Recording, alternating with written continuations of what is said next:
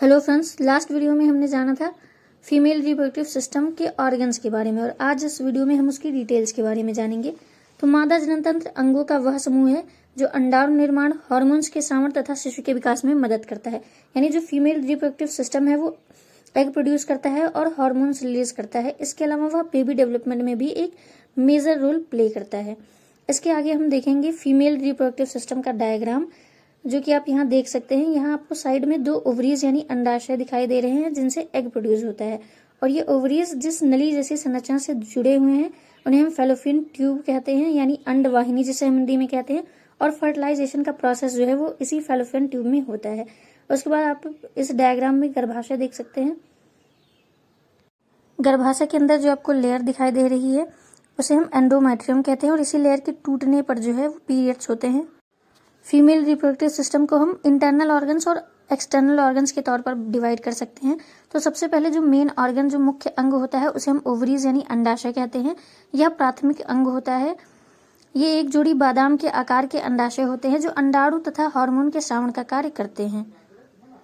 इसके अलावा ये एस्ट्रोजन और प्रोजेस्टेरॉन जैसे हार्मोन्स भी रिलीज करते हैं जो फीमेल बॉडी की ग्रोथ और प्रेगनेंसी के लिए इम्पोर्टेंट होते हैं। इसके बाद जो बॉडी पार्ट्स आते हैं उन्हें हम सेकेंडरी सेक्स ऑर्गन्स कहते हैं, जिनमें से सबसे पहला है फैलोपियन ट्यूब यानी ओविडक्ट्स, जिन्हें हम अंडवाहिनी भी कहते हैं। ये नलिकाएं अंडाणुओं को गर्भाशय तक ले जाती हैं और निषेचन की जो क्रिया होती है वो इसी फैलोपियन ट्यूब यानी अंडवाहिनी के अंतर्गत होती है। और सबसे इम्पोर्टेंट पॉइंट ये है कि फर्टिलाइजेशन जो है वो यहीं होता है, यानी कि फर्टिलाइजेशन का जो प्रोसेस है वो अंडवाहिनी में होता है। उसके बाद आता है यूटेरस या गर्भाशय। ये नाशपत्ती के आकार का होता है जिसे गर्भधारण के समय शिशु का विकास होता है। यानी जो बेबी डेवलपमेंट है वो गर्भाशय यानी यूटेरस में ही होता है। यूटेरस का जो निचला वाला पार्ट होता है उसे हम गर्भाशय ग्रीवा यानी सर्विक्स कहते हैं। यह गर्भाशय का निचला हिस्सा होता है जो वजाइना गर्भाशय ग्रीवा के नीचे स्थित होती है। इसे हम बर्थ कैनल भी कहते हैं और ये शरीर के बाहरी हिस्से को गर्भाशय से जोड़ने का काम करती है।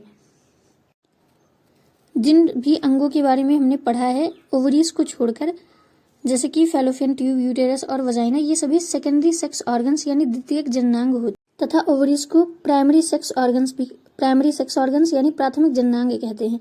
इसके बाद बात करेंगे हम बाह्य जननांग यानी एक्सटर्नल जेंटिलिया की। जो बाहरी जननांग होते हैं उनका जो पूरा ग्रुप यानी पूरे समूह को वल्बा या भग कहते हैं और ये शरीर के बाहर स्थित अंगों का समूह होते हैं। इनके अंतर्गत जो अंग आते हैं वो नीचे लिखे हुए हैं, जैसे कि mons pubis, labia majora, labia minora, hymen, clitoris और वेस्टिब्यूल।